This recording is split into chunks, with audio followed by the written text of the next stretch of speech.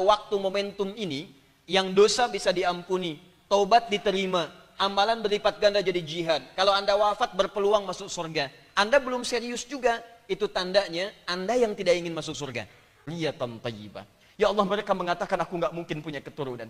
Mereka bilang istriku tidak punya keterbatasan, ya Allah. Mustahil punya keturunan. Dia monofus, dia diponis mandul. Saya pun sudah letih, saya sudah berambut putih dan sebagainya. Mereka katakan mustahil. Tapi saya yakin kau yang tidak punya batas.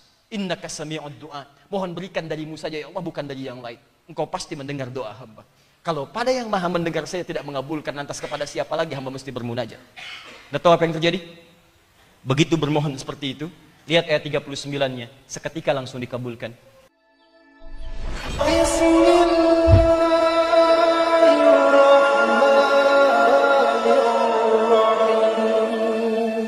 Wassalatu wassalamu ala rasulillah wa ala alihi wa sahbihi wa mawalah. Amma ba'd, fa ya ibadallah, usi nafsi wa iyyakum bitaqwallahi faqad faza al-muttaqun fala tamutunna illa wa antum muslimun. Faqala ta'ala ya ayyuhalladzina amanu taqullaha haqqa tuqatih wa la tamutunna illa wa antum muslimun. Saudara-saudariku dan pemirsa Khair TV dimanapun Anda berada, alhamdulillah Allah masih memperkenankan kita untuk hidup sampai dengan maghrib kali ini. Juga masih diberi kesempatan untuk beraktivitas. Semoga seluruh aktivitas kita dipandang sebagai ibadah yang diikhlaskan oleh Allah Subhanahu wa taala, dan semoga sisa hidup kita mendapat bimbingan sehingga bisa lebih baik, dan bila pun kita menghadap kepada Allah semoga diwafatkan dalam keadaan husnul khatimah insyaallah. Kita seperti disampaikan tengah memasuki bulan-bulan persiapan haji, dan sekarang masih dalam bulan Dzulqa'dah, bukan Dzulqa'dah atau Dzulqa'dah, tapi Qa'dah. Ingat saya pernah katakan kalau Qa'dah itu ismul murrah, ya, kalimat yang menunjukkan sesuatu yang berlangsung sekali dengan cepat. Ya, kalau saya katakan qa'ada yaq'udu qa'datan, artinya duduk dengan singkat cepat. Jadi duduk berdiri lagi, atau duduk lagi berdiri lagi. Seperti sering antum lihat saya kadang menulis, kadang duduk bangkit lagi, itu qa'dah namanya. Tapi kalau qi'dah itu ismul hay'ah, menunjuk kepada sesuatu yang berlangsung dengan santai, nyaman. Bulan ini disebut dengan Dzulqa'dah, bulan duduk-duduk santai, karena umumnya orang-orang Arab menunggu orang-orang yang biasa dikunjungi pada bulan-bulan biasa mereka berniaga, datanglah kemudian berpusat ke wilayah Hijaz, khususnya sekitaran Mekah.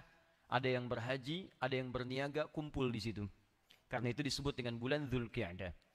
Bagi umat Islam, baik yang berhaji ataupun yang merencanakan untuk haji dan belum berada di tanah suci, maka kemudian ada tuntunan-tuntunan syariat khusus di bulan-bulan ini, yang sebagian besar tuntunan ini telah kita bahas sampai pertemuan yang lalu. Dan seperti kami sampaikan janji kami di pertemuan lalu, kita akan coba petakan petunjuk-petunjuk Al-Quran dan sunnah Rasulullah SAW, baik bagi yang akan berangkat menunaikan haji dan sudah diketahui pemberangkatannya di tahun yang dimaksudkan, kami sudah tuntaskan sampai ke fase manasik. Kemudian orang yang memang tidak berangkat di tahun itu, merencanakan di waktu-waktu mendatang. Kesimpulan di pertemuan lalu, ada amalan-amalan spesifik yang ditunjukkan oleh Al-Quran, kemudian dirinci oleh hadis-hadis Nabi SAW.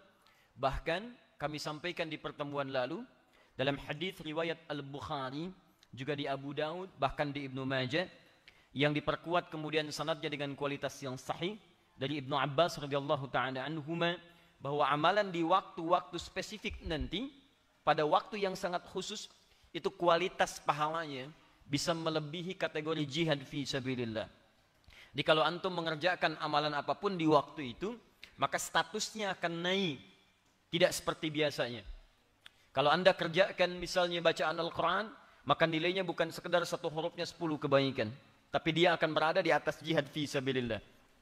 Kalau anda tunaikan salat, bukan sekedar melahirkan pahala 10 setiap kali amal baiknya. Man jaa bil hasanati falahu asyru amthaliha. Siapa yang mengerjakan satu kebaikan, maka dia dapat 10 kali lipat dari yang semisalnya. Maka di waktu-waktu ini spesial, naik dia, maka nilainya itu bisa melebihi jihad fi sabilillah. Kecuali orang yang berjuang dengan jiwanya, kemudian hartanya, dan dia wafat dalam keadaan perjuangan itu. Baik di majelis ilmu, atau sedang sedekah, ataupun yang lainnya. Maka itu puncak tertingginya. Hadisnya telah kita sampaikan. Saya berjanji untuk mengurutkan amalan-amalannya, karena kalimat hadisnya mengatakan, Ma min ayyamin al-amalu salihu fiha ahabbu ilallahi. Ay fi hadhil ayyamil ashri. Tidak akan ditemukan bilangan waktu, hari, yang saat Anda mengerjakan amal soleh. Tolong garis bawahi. Saat Anda kerjakan amal soleh di hari-hari ini spesial, bukan hari-hari yang lain. Maka amal soleh itu naik statusnya, dicintai oleh Allah Subhanahu wa ta'ala. Bahkan nanti di akhir hadis Nabi mengatakan nilainya akan lebih dari jihad fi sabilillah. Itu adalah amalan yang dikerjakan di 10 hari pertama di bulan Dzulhijjah. Maka amalan ini kami sampaikan di pertemuan lalu, statusnya akan dicintai oleh Allah. Yang dicintai oleh Allah saya pernah sampaikan, maka hal yang pertama kali dihadirkan oleh Allah adalah ampunan dari semua dosa-dosanya jika dia bertobat kepada Allah. Dan yang kedua, ada peluang mendapatkan tambahan pahala. Kemudian kita coba rinci jenis amal solehnya supaya teratur kita mengerjakannya. Ada 11 hari, 10-11 hari ke depan untuk mempersiapkan amalan-amalan spesial ini, karena ini butuh persiapan khusus. Anda yang tidak menyiapkan kondisi spiritualnya atau kondisi fisiknya, tidak disiapkan dari sekarang, maka demi Allah saya katakan, walaupun diberikan waktu yang istimewa, Anda tidak akan punya motivasi dan dorongan kuat untuk mengerjakannya. Kalau Anda disampaikan pada waktu momentum ini, yang dosa bisa diampuni, taubat diterima, amalan berlipat ganda jadi jihad. Kalau Anda wafat berpeluang masuk surga. Anda belum serius juga, itu tandanya Anda yang tidak ingin masuk surga. Dan mesti dari sekarang disiapkan. Barangkali Allah berikan kesempatan untuk menggugurkan dosa-dosa kita di masa lalu dan merubah kita lebih baik di hadapan Allah Subhanahu wa ta'ala. Jadi saya sarankan, mohon izin ya, kalau ada peluang beramal dan kita sanggup mengerjakannya, jangan tunda. Karena belum tentu ia akan kembali memberi kesempatan pada kita mewujudkannya. Anda diberikan kesempatan tahun ini, jangan tunggu tahun depan. Karena tahun depan belum tentu Anda hidup. Baik, ada kurang lebih 9 amalan yang secara spesifik bisa kita rinci pada awal bulan Dzulhijjah. Dan 9 amalan ini secara umum akan dikerjakan pada tanggal 1 sampai dengan 9 Dzulhijjah. Sebagiannya ada yang dilengkapi di tanggal 10-nya.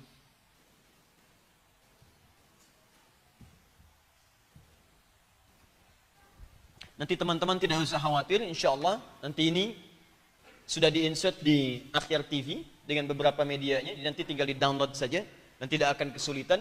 Yang malam ini bisa Anda tuliskan, atau nanti yang kesulitan kami berikan kemudian kopinya, dan Anda bisa kopikan senikmat yang bisa Anda nikmati insya Allah. Pertama, saya agak cepat. Ada yang terkait dengan amalan khusus.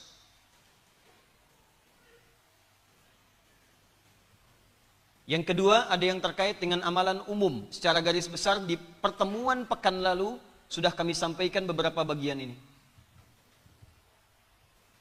Fokus. Ada amalan khusus, ada amalan umum. Yang dimaksud amalan umum adalah amalan yang umumnya bisa mudah dikerjakan oleh setiap muslim. Standar. Setiap muslim bisa mengerjakannya. Itu hal yang biasa. Ini standar. Adapun yang khusus, ini hanya akan dikerjakan oleh orang-orang yang memang cenderung ingin naik derajatnya di hadapan Allah Subhanahu wa ta'ala. Saya tidak akan katakan golongan yang spesial, bukan. Saya ingin katakan Anda bisa termasuk dalam golongan ini. Jadi kalau disebutkan oleh para ulama golongan spesial, golongan khusus, itu bukan berarti ingin mengistimewakan yang khusus dan menafikan yang lain. Tapi cara memahaminya, hadirkan diri kita termasuk di bagian itu. Ini prinsip Quran. Buka Quran surah ketiga Ali Imran ayat 37. Paling kiri sebelah bawah. Saya beri contoh sebentar untuk memahami ini. Ya. Quran surah ketiga Ali Imran ayat 37. Baik, antum kenal Maryam? Oh iya, kenal. Baik ya. Ah, ini Maryam. Bismillah. Maryam anak siapa? Maryam? Maryam binti Imran. Ingat, Maryam binti Imran. namanya disebutkan jelas dalam Quran. Wa Maryam ibnata Imran, dan Maryam anak perempuannya Imran. Saya sering katakan pada teman-teman, dalam kaidah tafsir diisyaratkan, kalau ada seseorang disebutkan dalam Al-Quran, namanya jelas, bahkan binti ke atasnya, dan dia mengalami peristiwa, maka peristiwa dimaksud hanya akan terjadi pada orang itu saja, dan tidak akan pernah terjadi pada orang lain dalam tempat dan kesempatan yang berbeda. Karena itu Maryam disebutkan dengan namanya plus bintinya. Maryam binti Imran mengalami peristiwa, bisa mengandung, melahirkan, bahasa Qurannya tanpa disentuh laki-laki manapun. Ini menunjukkan bahwa hanya Maryam ini yang binti Imran akan mengalami peristiwa serupa di masa depan, tidak akan pernah ada Maryam lain mengalami hal yang sama. Kalau yang mengandung melahirkan tanpa bapak, banyak. Tapi yang tidak pernah disentuh laki-laki manapun, cuman Maryam binti Imran. Ini poinnya. Nah, kalau di dalam Quran disebutkan namanya tidak spesifik langsung, misal hanya isyarat saja atau gelar, seperti Fir'aun itu gelar, Abu Lahab itu gelar. Ini menunjukkan bahwa karakteristik, sikap, dan sifat yang melekat pada inisial dimaksud akan terjadi lagi di masa depan dengan tokoh yang berbeda di zaman dan tempat yang tidak sama. Fir'aun itu penguasa zalim. Sekarang ada penguasa zalim? Ada. Baik. Abu Lahab itu provokator. Sekarang ada provokator? Baik. Jangan melihat saya begitu. Dia ada. Ya. Jelas ya? Nah, kembali ke sini supaya kita agak cepat. Singkatnya, Maryam binti Imran. Imran ini ayahnya. Kemudian menikah dengan perempuan konon dikenal dengan nama Hannah. Melahirkan kemudian Hannah, Maryam. Saya mau agak cepat sedikit. Ketika Maryam kemudian dikandung oleh ibundanya, maka ibunda sudah bermohon kepada Allah dan dinazarkan supaya anaknya spesifik mendekat kepada Allah Subhanahu wa taala. Maka sering saya tegaskan dalam setiap kesempatan, ini isyarat pada para orang tua, kalau ada tanda kandungan di janin istri Anda atau ibu yang tengah mengandung, segera rencanakan dan ikhtiarkan anak ini mau seperti apa ke depannya. Orang tuanya mendekat kepada Allah minta petunjuk. Antum rencanakan, anak pertama ahli tafsir nih, anak kedua ahli hadis, anak ketiga ahli fikih. Nanti ke depan kalau saya punya masalah Quran, saya tanya anak pertama, anakku, Bunai, Masya Allah. Anakku namanya Akhi. Betul. Disingkat Adi Hidayat, disingkat Akhi. Dia Akhi sini, gitu kan? Datang dia. Apa ayatnya ini? Ini Buya. Masya Allah. Adek, apa hadisnya? Ini. Ya, bungsu, apa fikihnya? Ini. Masya Allah. Tentram kehidupan rumah. Majlis taklim kosong. Ya. Baik. Nah, ini poinnya. Nah, Maryam dinazarkan oleh ibundanya, kemudian oleh ayahandanya kompak. Di antara anaknya mesti ada yang dekat dengan Allah Subhanahu wa taala. Saya tanya anak antum, Allah berikan anak yang pertama sebagai amanah dekat dengan dunia. Anak kedua ngejar dunia juga. Anak ketiga ngejar dunia juga. Kalau sudah 5 orang anak nggak ada yang dekat dengan Allah, antum mau diberi anak berapa lagi? Cobalah bertakwa kepada Allah Subhanahu wa taala, rencanakan setiap anak Anda dimanapun dia belajar, jadikan ilmunya untuk mendekati Allah Subhanahu wa taala. Kalau itu yang dilakukan, cari guru yang baik seperti Maryam kemudian diasuh oleh Zakaria alaihissalam. Kemudian siapkan tempat yang baik dalam pendidikannya sesuai dengan visi yang disiapkan. Seperti orang tuanya membuatkan mihrab. Ini poinnya. Tempat khusus untuk mendekat kepada Allah. Tidak harus berada di masjid. Mihrab itu salah satu di antara 3 tempat istimewa yang disebutkan dalam Al-Quran. Di antara fungsinya mihrab, mempercepat terkabulnya doa plus mendatangkan rizki dari sisi yang tidak diduga. Itu rahasia besar. Nanti ada 3 tempat dalam Quran. Nanti ada masjid, ya disebutkan pertama di Quran surah kedua ayat 114. Nanti ada musalla, disebutkan pertama di Quran surah kedua ayat 125. Kemudian yang ketiga ada mihrab. Ini yang pertama disebutkan di Quran surah ketiga Ali Imran ayat ke-37. Saya tidak mau berbincang tentang ini. Yang saya ingin bincangkan adalah, perhatikan kalimatnya. Setiap Nabi Zakaria mengantarkan kebutuhan Maryam yang sedang ibadah di mihrab, mendekat kepada Allah. Tiba-tiba apa yang terjadi? Semua yang dibutuhkan sudah ada di mihrabnya, bahkan sebelum Nabi Zakaria mengantarkannya. Perhatikan ayat ke-37-nya. Fataqabbalaha rabbuha biqabulin hasanin wa ambataha nabatan hasana wa kafalaha Zakaria. Jika orang tua sudah berikhtiar dengan baik sejak di kandungan, doanya dimaksimalkan, dicari orang baik untuk mewujudkan visinya, dicarikan tempat terbaik untuk mendidiknya, maka Allah akan terima semua ikhtiar orang tua itu.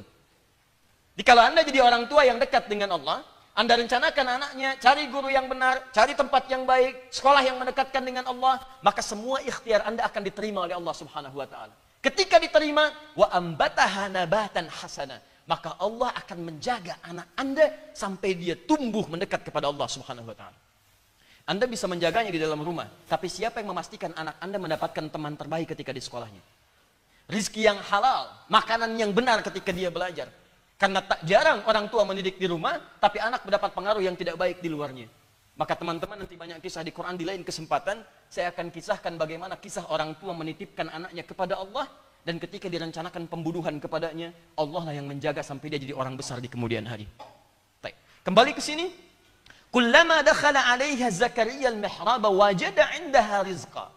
Setiap Nabi Zakaria akan mengirimkan kebutuhan Maryam di mihrabnya, sudah ada di dalamnya rizki. Rizqa, makanan itu rizki. Masya Allah. Pakaian itu rizki. Mau ngantar makanan, makanan sudah ada di dalamnya. Kalau musim jeruk, ada jeruk, itu biasa. Bukan musim jeruk, ada jeruk, itu yang tidak wajar.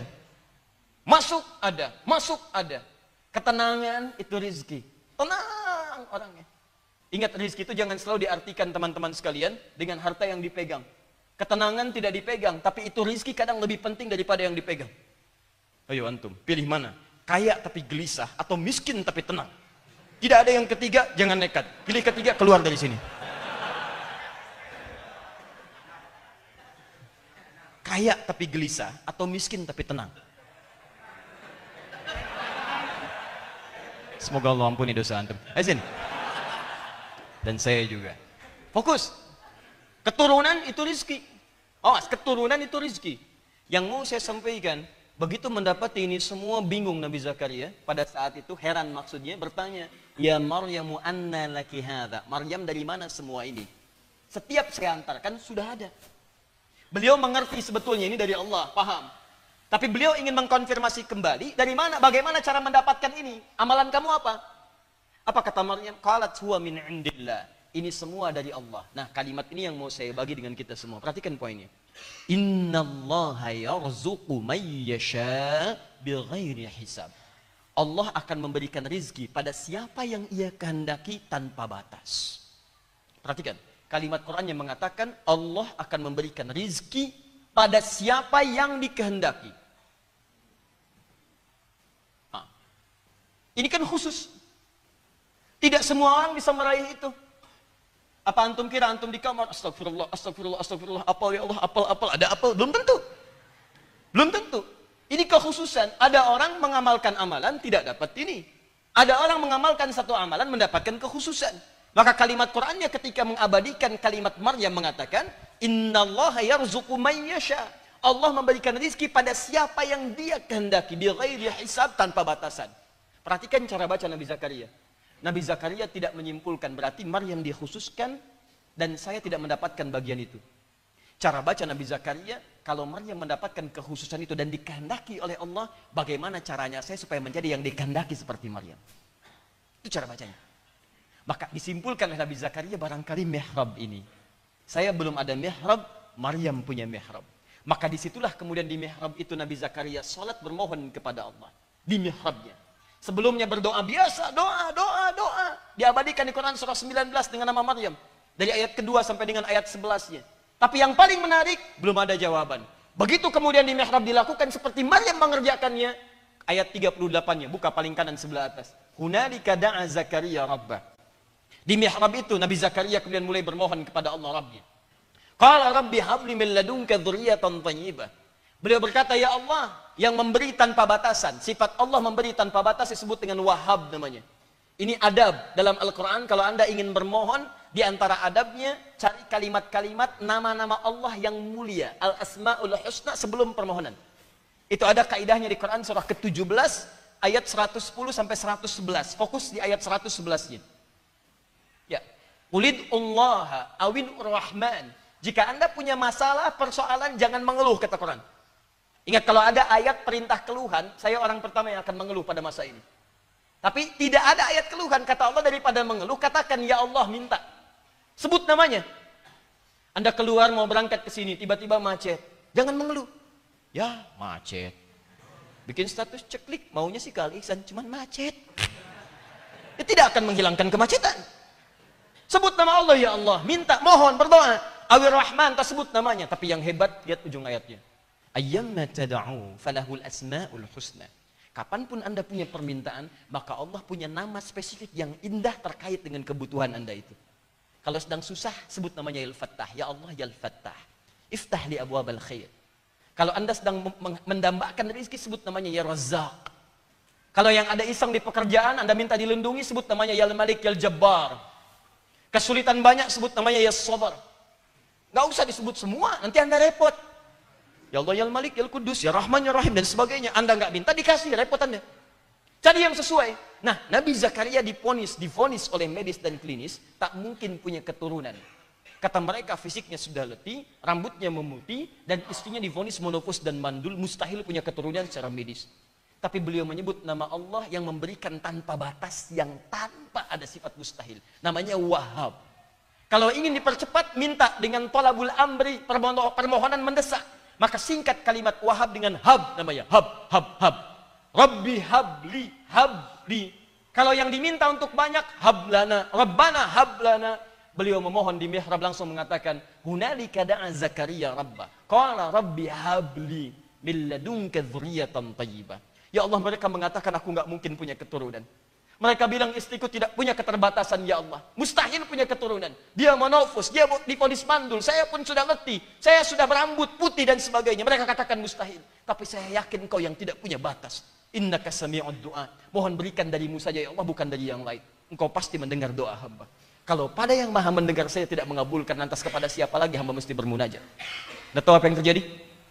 Begitu bermohon seperti itu, lihat ayat 39-nya, seketika langsung dikabulkan. Fanadatul malaikah, tanpa jeda pakai fa, harfu atfin rabitin baina syai'aini bila hudud.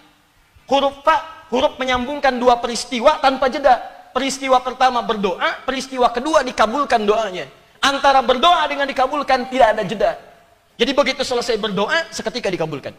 Fanadatul malaikatu wa huwa qa'imun yusalli fil mihrab.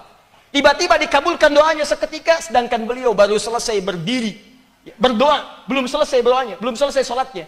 Baru berdiri, selesai doa, turun malaikat mengatakan, Annallaha yubashshiruka bi Yahya. Allah kasih kabar gembira, Anda akan punya anak, bahkan namanya langsung dari Allah Yahya. Artinya hidup. Yang mustahil menurut manusia, lahir dari rahim seorang perempuan yang monofus dan mandul bayi hidup, kata Allah, kamu panggil saya yang tidak punya batas, saya berikan yang mustahil menurut manusia. Maka kalau nanti saat Dzulhijjah ada amalan-amalan khusus, mayyasha, maka maksudnya bukan untuk mengkhususkan sementara orang, tapi itu dorongan kepada kita untuk naik derajat menjadi orang yang dimaksudkan dalam kategori khusus itu. Paham maksudnya? Baik, jadi kalau nanti saya sebutkan khusus kemudian umum, ini yang standar, ya, maka naikkan level kita dari yang standar kepada yang khusus. Siap insya Allah? Baik, Dzulhijjah tahun kemarin umum, sebelumnya umum, sebelumnya umum. Kalau tahun ini belum menaikkan derajat kita pada yang khusus, antum mau tunggu berapa tahun lagi? Nah, sekarang kalau sudah paham ini, mari kita turunkan. Bismillah. Ini sudah 3 kali kajian spesial, saya nulis, ngapus sendiri, Masya Allah, luar biasa. Ya, derajat khusus ini. Masya Allah. Tidak mau yang naik derajat, dari umum melihat saja menjadi menghapus. Hampir rata-rata kategori umum. Standar. Sini, 1. Kita mulai amalannya, A. Amalan pertama, salat. Saya tuliskan salat.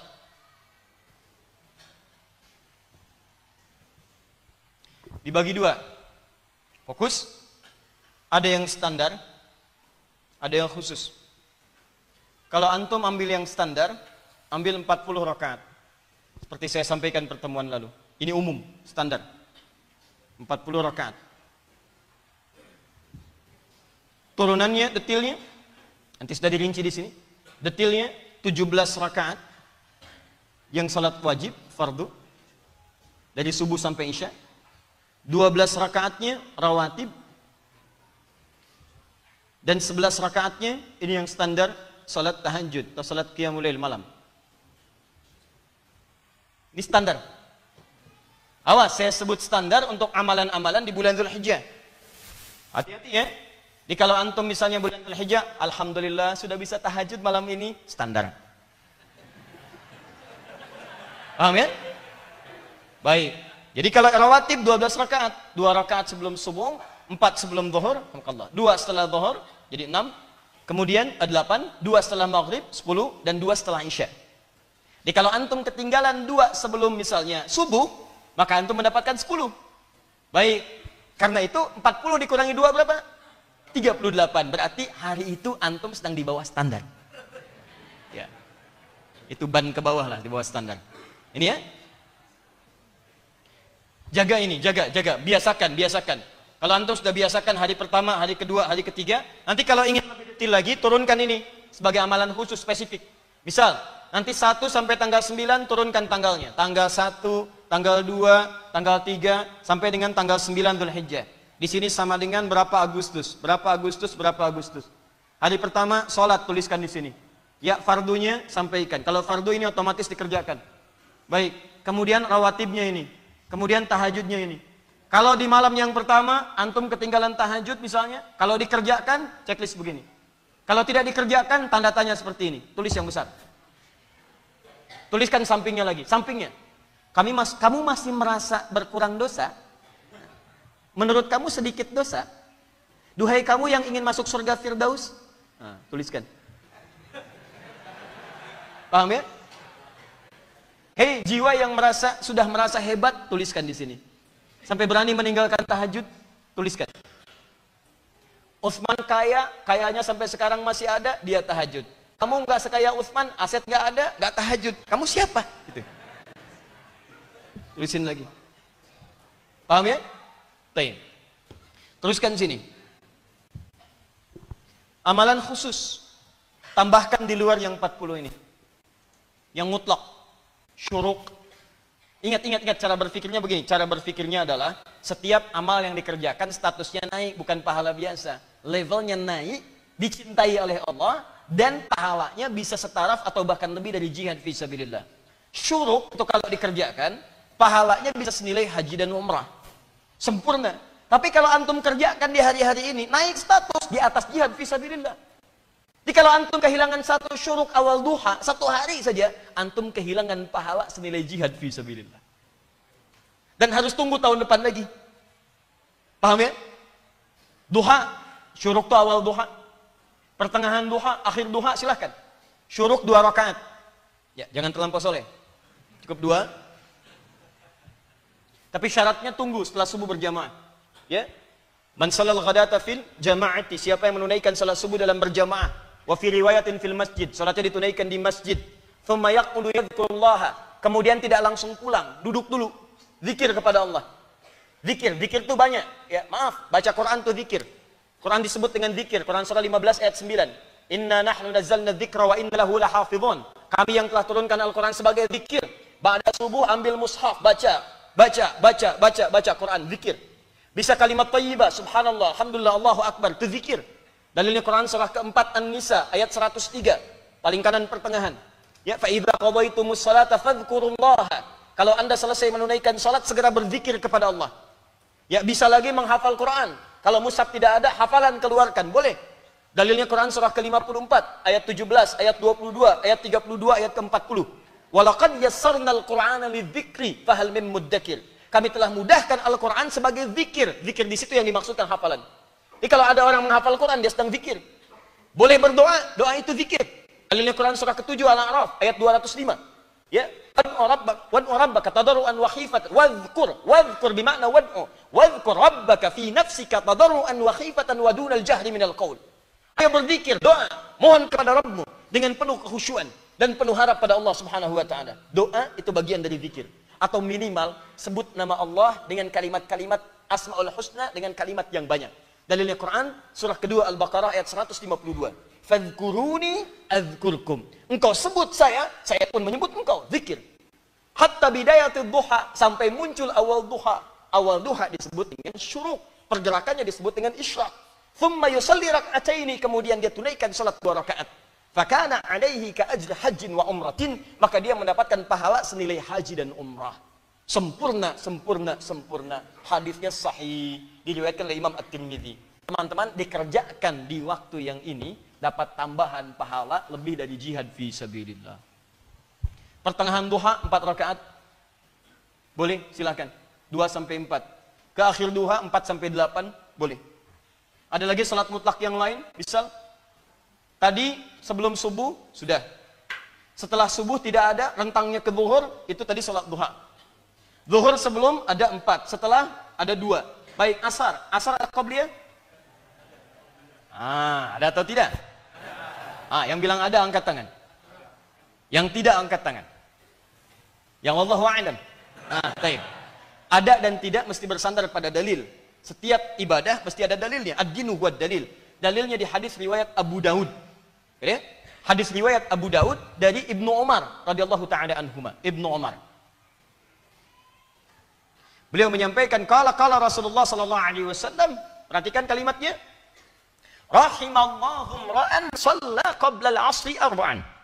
Allah akan merahmati seorang hamba yang menunaikan salat sebelum asar 4 rakaat. Diboleh kalau antum ingin tunaikan 4 rakaat, silahkan, tidak ada masalah. Ya, tunaikan bisa 2 rakaat, 2 rakaat, bisa kemudian 4 rakaat sekaligus. Kalau diduga oleh orang lain tidak terbiasa 4 rakaat sekaligus, seperti qabliyah zuhur yang 4 rakaat, maka antum tunaikan 2-2. 2 rakaat salam, 2 rakaat salam, supaya tidak diduga oleh orang awam sebagai zuhur yang diawalkan atau asar yang diawalkan. Siapa tuh udah sholat? Iya, orang baru, sesat kali ya. Sesat, Masya Allah. Padahal antum sedang mengerjakan sunnah, dibilang sesat. Ya, baik. Ditanya, kenapa bapak salat ini? Sunnah. Dari mana hadis Nabi? Jangan bawa-bawa Nabi. Wah, ada itu. Ya, yang seperti itu 2 rakaat dulu, 2 rakaat dulu. Paham? Tayyib. Kemudian maghrib. Ba'da maghrib ada. Sebelum maghrib? Ada atau tidak? Ada. Hadisnya masih dari Ibnu Umar radhiyallahu taala anhuma. Ya, kata Nabi, "Shallu qabla al-maghrib rak'ataini." Salatlah kalian sebelum maghrib 2 rakaat. Wala tattakhidhuha sunnatan. Cuma bedanya dalam hadis tentang salat sunnah qabliyah maghrib ini ada catatan di ujungnya, tapi jangan dibiasakan. Wala tattakhidhuha sunnatan, tapi jangan dibiasakan. Kata para ulama hadis, catatan ini memberikan kesan kepada kita bahwa 2 rakaat sebelum maghrib ini karena waktu maghrib sangat singkat, mepet ke isya. Ini yang dimaksudkan adalah kalau memang dalam jangka waktu menunggu iqamah itu ada kegiatan-kegiatan lain yang sekiranya dengan kegiatan itu menjadikan jeda maghrib semakin panjang. Misal, ada orang tawaf ke Masjidil Haram. Ya tawaf, adzan Allahu Akbar, siap-siap masih ada yang tawaf. Baik, menunggu ke arah iqamatnya, mereka mesti rapih dulu. Sambil menunggu itu, karena menunggu orang selesai kemudian dikondisikan, masanya masih cukup jauh. Baca Quran sudah, berdoa sudah, daripada melakukan tindakan yang tidak penting, tidak banyak manfaat, lebih baik tunaikan salat maghrib, qabliyah maghrib 2 rakaat. Paham? Ya, daripada mengerjakan yang tidak penting. Ceklik, dekat Ka'bah. Sedang menunggu maghrib di depan Ka'bah. Habis pahala. Jelas ya? Tapi kalau antum kembali ke tempat masing-masing, waktunya mepet, tidak ada kesibukan seperti yang tadi, tidak ada situasi sempat yang sama dengan yang tadi, maka disegerakan iqamat, lebih baik langsung tunaikan sholat maghribnya. Ini yang dimaksudkan. Jelas ya? Ada misal kondisi yang mirip-mirip. Datang ke masjid, sudah tahiyatul masjid, adzan sendiri. Selesai adzan sendiri, nunggu, belum datang juga. Ya? Kemudian antum baca Quran, belum datang juga.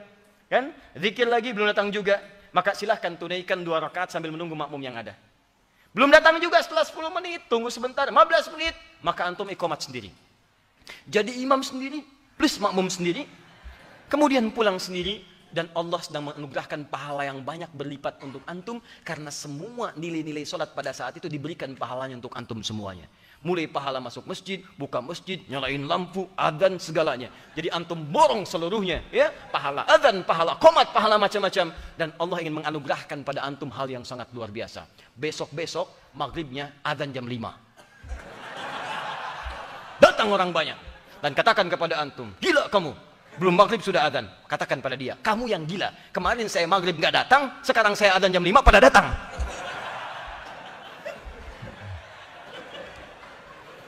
Baik ya, sementara kita cukup dulu karena waktu Isya sudah tiba. Kita kondisikan untuk menunaikan sholat Isya dulu. Dan biasa dimanapun anda berada, insya Allah kita lanjutkan setelah menunaikan sholat Isya berjamaah. Subhanakallahumma bihamdika asyhadu an la ilaha illa anta astaghfiruka wa atubu ilaik. Assalamualaikum warahmatullahi wabarakatuh. Alhamdulillah. Wassalatu wassalamu ala Rasulillah wa ala alihi wa sahbihi wa mawalah wa ba'd.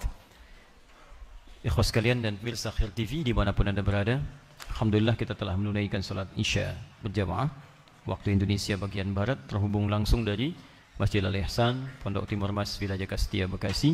Kita bermohon pada Allah semoga salat kita semua diterima oleh Allah Subhanahu wa taala. Sebelum kita lanjutkan, kami menghimbau kepada seluruh jamaah yang hadir baik di dalam masjid ataupun di area sekitaran masjid untuk kita mengondisikan berbagi space dan juga berbagi keadaan supaya bisa berlangsung kita semua ta'limnya nyaman seperti halnya kita langsungkan dalam setiap pekan-pekan yang kita jalani. Kalau ada yang masih berdiri, berikan kesempatan untuk mendapatkan tempat duduk yang baik. Kalau kemudian ada yang haus juga silahkan di-share ya, minuman-minuman yang bisa disampaikan. Dan dari panitia di masjid kalau ada aqua atau apa yang sudah disiapkan dibagikan saja. Kalau kurang tambahkan nanti insyaallah kami yang tutupi semuanya. Baik, kita lanjutkan teman-teman sekalian, bahwa yang pertama ada amalan umum dan amalan khusus yang bisa kita maksimalkan dari tanggal 1 sampai dengan 9 Dzulhijjah. Pertama salat tadi, ditolong naikkan level kita ke level yang khusus, keluarkan semua jenis salat-salat yang mampu kita kerjakan. Lalu saya yakin insya Allah teman-teman semua bisa terukur dan baik, tapi akan lebih baik kalau sekiranya itu coba dituliskan sehingga amalan kita bisa terukur dengan lebih sempurna. Dua, ada yang terkait dengan Al-Quran. Saya mohon izin akan lebih cepat ke substansi pembahasan karena waktu kita tinggal 2 pertemuan lagi. Saya akan selesaikan pekan depan itu dengan bahasan yang lebih khusus lagi ya. 2, ada yang terkait dengan Al-Quran. Al-Quran ini sifatnya ada 3 jenis amalan, dan saya berharap kita semua bisa memaksimalkan 3 jenis amalan dimaksud. Pertama, ada yang terkait dengan bacaan saja, atau kita namakan dengan qiraah. Ya, qiraah. Baca saja. Kedua, ada yang kita rumuskan dalam bentuk tilawah, memahami isi Al-Quran. Jangan-jangan selama ini baca tapi nggak paham maknanya. Apakah mau sampai meninggal, kita meninggal dalam keadaan tidak paham Al-Quran? Ya. Dan bagaimana mungkin mengamalkan isinya kalau tidak paham apa yang kita baca? Sedangkan Quran ketika diturunkan oleh Allah itu fungsinya sebagai pedoman kehidupan. Quran surah kedua ayat 185. Syahrul Ramadan alladzi unzila fihi al-Quran hudan linnas. Di bulan Ramadan Quran diturunkan, fungsi utamanya memberikan petunjuk pedoman kehidupan bagi setiap manusia. Diisi Al-Quran dari Al-Fatihah sampai An-Nas itu pedoman hidup kita ada di situ semua. Apapun aktivitas Anda, langkahnya dari situ. Ya. Islamic worldview itu sumbernya dari Quran. Dari mulai ujung kepala sampai ujung kaki ada di situ semua. Bagaimana cara melihat, cara mendengar, cara bicara, cara berjalan, sampai ke profesi. Kalau pebisnis bagaimana cara berbisnis, kalau birokrat bagaimana di birokrasi, kalau punya kedudukan bagaimana cara menitiknya, kalau jadi guru bagaimana standarnya, kalau jadi orang tua seperti apa jadi orang tua yang baik. Ini jangan-jangan Anda baca Quran tapi tidak pernah mengeluarkan ayat yang terkait dengan aktivitas kita. Anda mau ke alisan butuh petunjuk. Itu yang sederhana. Bagaimana dengan kehidupan yang kompleks? Rumah tangga di situ ada petunjuknya. Ya, jadi Anda sudah puluhan tahun jadi ayah. Pernah nggak mengeluarkan ayat-ayat khusus sebagai seorang ayah? Ayah Qurani, ibu Qurani, anak Qurani dan sebagainya. Bukanlah. Ini tilawah. Ketiga tahfidz. Hafalan. Ya, hafalan. Jadi ini nanti baca, sudah baca pahami, sudah pahami hafalkan. Karena nanti kalau tidak kita hafalkan, agak kesulitan mempraktekannya. Berbisnis menurut Quran, mau rapat, bawa mushaf. Materi apa sekarang? Menghindari hal yang tidak menyenangkan. Mana ayatnya? Buka. Pindah dari situ, mau pulang, bagaimana ayat berjalan? Buka lagi. Capek. Maka kita terima tawaran dari Al-Quran untuk memudahkan menghafalkannya. Ada turunan-turunannya. Nah, 3 hal ini, kalau Anda kerjakan di hari biasa seperti membaca misalnya, bagaimana pahalanya satu hurufnya? 10. At-Tirmidzi nomor hadis 2910. Man qara'a harfan min kitabillahi falahu asyru hasanat. Siapa yang bisa baca satu huruf dari Al-Quran, maka setiap hurufnya 10 kebaikan. 10. Satu huruf, 10. Tapi Anda baca, Di hari-hari ini, rentang 1 sampai dengan 9 Dzulhijjah, bukan cuma 1 sama dengan 10 kebaikan, tapi nilai ini lebih daripada jihad fi sabilillah. Setiap hurufnya dicintai oleh Allah Subhanahu wa taala. Setiap hurufnya mengangkat derajat Anda di hadapan Allah Subhanahu wa taala. Di begitu Anda bacakan 1 huruf, nilainya luar biasa. Begitu sampai 1 huruf, luar biasa. Makanya nanti kalau Anda hari pertama nggak bisa baca Quran, malam-malamnya bangun, tengah malam, jam 2, buka mushaf paling besar, simpan di atas meja. Jangan dulu dibaca. Begitu dibuka, tunjuk langsung pada diri Anda. Katakan, dosa apa saya selama hari ini sampai nggak bisa baca Quran? Karena orang-orang yang tidak bisa berinteraksi dengan Quran, minimal membacanya, pasti ada sekat dalam jiwanya. Apalagi di hari spesial, waktu spesial, pahalanya banyak, melimpah luar biasa, masih belum terdorong juga. Anda kalau ada panggilan untuk taklim ke sini, cuman pengumuman, barangkali motivasi datangnya masih biasa. Saya tanya pada Anda, kalau saya umumkan dari hari ini, pekan depan yang datang ke sini, masing-masing dapat amplop 500.000. Spesial, untuk 50 orang yang datang pertama, sebelum maghrib, kami berikan 500.000. Spesial, 50 orang pertama. Contoh Bu. Ya, contoh. Awas hati-hati. Contoh, awas. Belum selesai itu kalimatnya. Pertanyaan saya, kalau taklim dibuka ba'da maghrib, datang ke sini jam berapa yuk? Dari sekarang, ada yang izin nginep sampai pekan depan tuh. Tungguin. Kenapa? Karena motivasinya berlipat. Anda ketinggalan 500.000, ditunggu-tunggu sampai sepekan. Kenapa ketika ketinggalan surga, ketinggalan ampunan, ketinggalan pahala jihad, kenapa nggak Anda kejar? Ini bingung saya. Ya, ketinggalan handphone dikejar-kejar. Handphone 3315 ketinggalan kejar-kejar. Ya. Ketinggalan sunnah antum diamkan aja gitu kan. Ada yang sunnah 33, ada yang sunnah 15, ada yang sunnah dan seterusnya. Kenapa tidak kita buru? Nah, karena itu teman-teman sekalian, ini keluarkan. Kalau bisa, ini, nah, baca. Lumayan. 1 hurufnya berapa? Dibaca ini. Bukan cuma 10 kalau awal Dzulhijjah itu. Naik status. Dicintai Allah, ada peluang diampuni dosa, dan naik mendapatkan pahala senilai jihad fi sabilillah. Nun. Alhamdulillah, dicintai Allah. Sudah dulu ya, itu berbeda. Yuk, bikin peta. Berapa juz Al-Quran? 30 juz. 30 juz khatamkan dalam 9 hari. Baca. Bagi 9. Berapa 30 bagi 9? Berarti kalau 9 dikali 3 saja berapa? 27. Berarti 27 plus 3 juz. Sehari 3. Ya. Jadi 27 dibagi 9 berarti kan sehari berapa? 3. Yang 3 juz dibagi lagi kemudian ke dalam 9. 9 hari. Baik ya? Jadi 3 juz plus ini dibagi 9. 3 juz bagi 9 berapa? Yuk, sebelum kiamat kurang 2 hari bagi. Ambil contoh begini. 3 juz itu kan kalau di awal sampai Ali Imran ayat 92.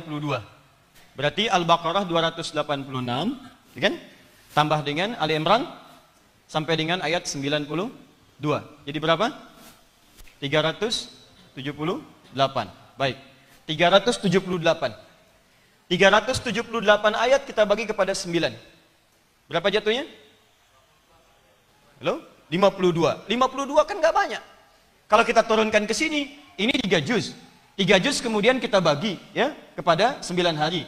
Tambah 3 juz ini 378, Al-Baqarah 286, ini udah 2 juz lebih. Tambah dengan awal Ali Imran sampai 92 ayat, udah 3 juz sampai sini. Tambahkan jadi jumlah ini. Kemudian dibagi 9 dapat 52. 52 tambahkan ke sini berarti 3 juz plus 52 ayat. Kalau kita masukkan lagi ini, masukkan ke sini 3 juz. Kan tadi yang pertama 3 juz. Baik kan? Tambah 52 berarti kita butuh 378 tambah 52. Berapa hasilnya? 0, naik ke sini 1, 8 tambah dengan 5, 13, naik ke sini 1, 430. 430 ayat dalam sehari. Sanggup insya Allah? Jangan bayangkan 430-nya, kalau mau cepat bagi 5. 430 dibagi 5, berapa? Ayo cepat. 80? 86 ayat. 86 ayat ini dihasilkan dari 430 dibagi 5. Apa 5 itu? 5 itu standar sholat fardu. Subuh, zuhur, asar, maghrib, isya. Jadi Anda setiap menemukan waktu sholat, Anda mendapatkan 86 ayat untuk baca. Kalau tidak ingin capek, bagi 2 sebelum subuh. 86 bagi 2 berapa? 43. 43 ayat sebelum subuh, 43 ayat setelah subuh. 43 ayat sebelum zuhur, 43 ayat setelah zuhur. Sederhana, gampang. 43 ayat berapa lama sih bacanya?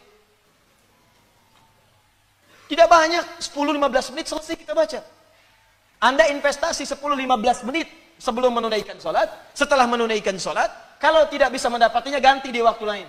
Anda mau berangkat misalnya buru-buru sebelum subuh, sholatnya di jalan, nggak sempat baca yang ini, jenjang waktu ke duha, jam istirahat di kantor, sambil jalan, sambil dekat-dekat, Anda baca, Allahu Akbar. Kalau Anda luangkan waktu 10-15 menit untuk baca Al-Quran, setiap jeda waktu sholat, Anda bisa khatamkan dalam 9 hari. Paham sampai sini? Ini masih standar.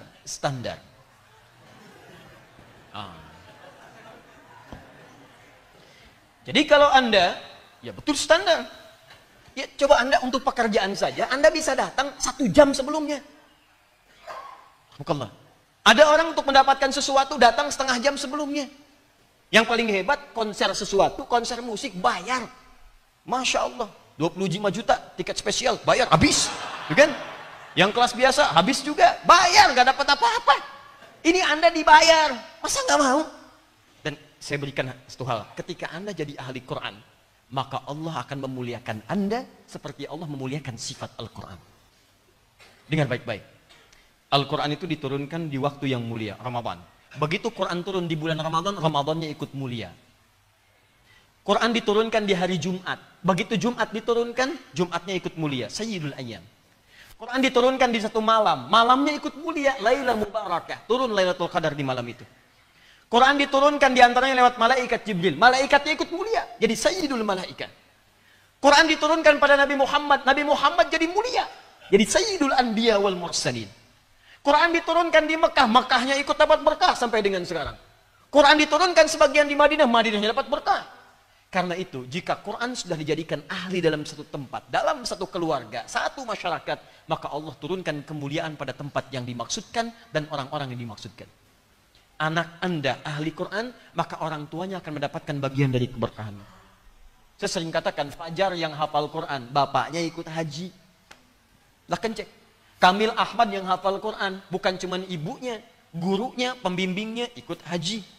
Jadi kalau antum mendapatkan bagian dari itu, maka keberkahan akan hadir di sekitarnya. Makanya tolong, apa yang kami telah sampaikan untuk syiar Quran, Anda yang jauh-jauh bikin komunitas, nanti kita linkkan. Ya insya Allah kita sedang godok dengan maksimal, ya supaya untuk memudahkan gambaran itu, sekarang kami sedang menyiapkan mushafnya dulu. Ya nanti begitu sudah siap, kami akan undang dari utusan komunitasnya, mushafnya nanti kami berikan, dan insya Allah nanti kita linkkan dengan programnya. Mudah-mudahan sebelum berangkat sudah selesai insya Allah. Siap insya Allah? Ini standar. Jadi kalau 9 hari tidak khatam Quran, berarti Anda sedang di bawah standar. Nah, kalau mau di atas standar sedikit, naik. Maka teman-teman, tolong coba khatamkan dalam 6 hari. Biasa ini, 6 hari. 1 sampai 6, setiap harinya 5 juz. 5 juz, hari kedua 10 juz, hari ketiga 15 juz, 4, 5, 6, 30 juz. Maka gunakan sisa hari yang lainnya untuk melakukan amalan yang ini. Tilawah dan tahfidz. Tahfidz bisa bersamaan. Tilawah Anda bisa bagi. Misalnya 3 harinya saya untuk tilawah. Juz 30 saya mau tilawahi, bagi ke dalam 3 hari. Pahami artinya. Cara memahaminya begini. Jangan cuma terjemahan. Kalau terjemahan itu biasa. Kumpulkan kitab-kitab tafsir. Atau terjemahan dari tafsir kalau belum bisa baca Arabnya, kumpulkan terjemahan kitab tafsir, buku tafsir yang kira-kira bisa Anda dapati. Insya Allah murah. Anda dapat tafsir, Anda baca, jadi pulsa sampai akhirat. Anda beli pulsa dunia hanya untuk memenuhi kebutuhan dunia Anda. Sekarang tafsir banyak yang murah-murah. 150.000 3 jilid. 3 jilid itu sampai mengantarkan akhirat Anda. Pulsa Anda dalam sebulan bisa 200.000. Cuman buat main TikTok, ngapain? Tak-ketik.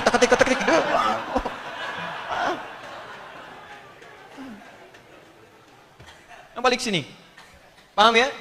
Jadi kumpulkan begini, misal contohnya, Anda ada apa aja nih? Ibnu Katsir misalnya kan, buka tafsir Ibnu Katsir, buka tafsir Al-Khazin, buka tafsir Al-Baghawi, buka tafsir misalnya Al-Maraghi, buka tafsir ini. Kalau ada punya, lalu Anda bacakan misalnya, Qul huwallahu ahad, itu sering dibaca, tapi paham nggak artinya? Baca, menurut Imam Ibnu Katsir begini, menurut tafsir Al-Baydawi seperti ini, menurut tafsir ini seperti ini, menurut ini begini. Maka wawasan Anda akan sangat luas dan paham betul tentang ayat itu. Maka jadilah Anda seperti Abu Bakar As-Siddiq, yang begitu dibacakan Allahu Akbar dalam sholat, tiba-tiba bergetar tangannya, sampai kemudian keluar air matanya karena takut. Allahu Akbar, gemetaran begini. Persis Anda subuh-subuh di Dieng. Gitu. Wonosobo. Ya. Ada orang jauh-jauh mau latihan pingpong fisik sampai ke Dieng, gitu kan? Pulang-pulang kalah, ya. Baik. Kembali ke sini. Paham? Terakhir sambil menghafal. Gak apa-apa, sehari satu ayat, sehari satu ayat, sehari satu ayat. Satu ayat kan gak banyak. Hari pertama bagaimana? Gampang banget hafalin Quran. Masya Allah, hafal. Apa ayatnya? Alif Lam Mim. Ya. Hari kedua lancar, hari ketiga mulai ada persoalan. Kesananya lebih mudah insya Allah. Sudah, teruskan. Infak.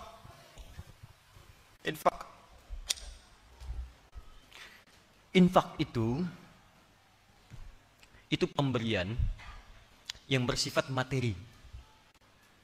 Ya, bersifat materi. Singkatannya disebut nafkah. Nafkah, singkatan dari infak. Makanya saya kurang sependapat kalau ada istilah nafkah batin. Itu berbeda.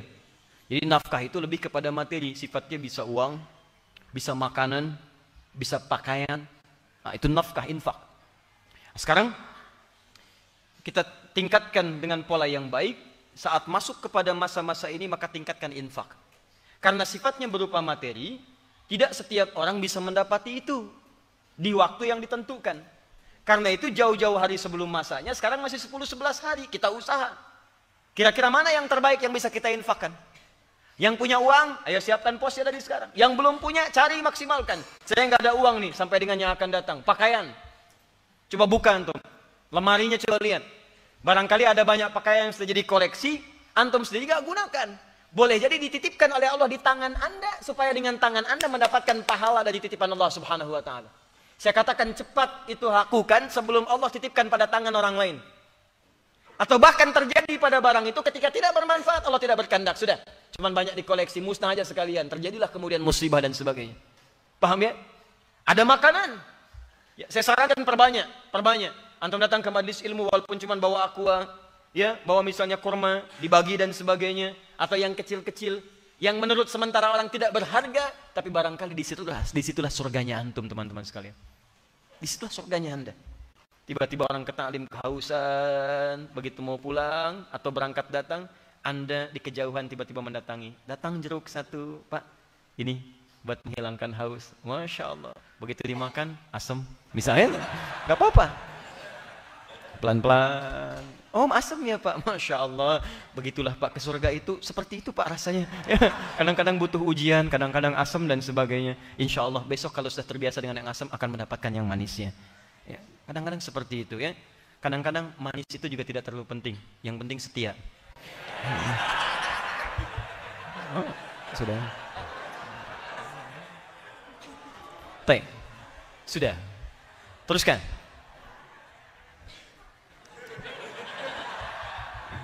Sudah ya, makanan, teruskan, naikkan dan sebagainya. Nah, saya mau bicara pada hal yang paling penting.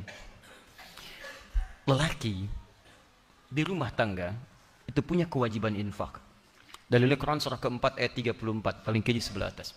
Ar-rijalu qawwamuna 'alan nisa bima faddalallahu ba'dahum 'ala ba'din wa bima anfaqu min amwalihim. Tolong fokus di sini. Infak pertama, kepala keluarga kepada anggota keluarganya. Saat Dzulhijjah ini, coba antum evaluasi. Bukan hanya meningkatkan kuantitas infak. Saya tidak bicara uang belanja tambah misalnya, atau anak-anak tambah bekal, bukan. Coba Anda evaluasi, memasuki bulan Dzulhijjah ini, selama Anda berikan nafkah untuk keluarga, berapa di antara nafkah itu yang sudah mendekatkan keluarga kepada Allah Subhanahu wa Ta'ala? Cek. Anak-anak disekolahkan di mana?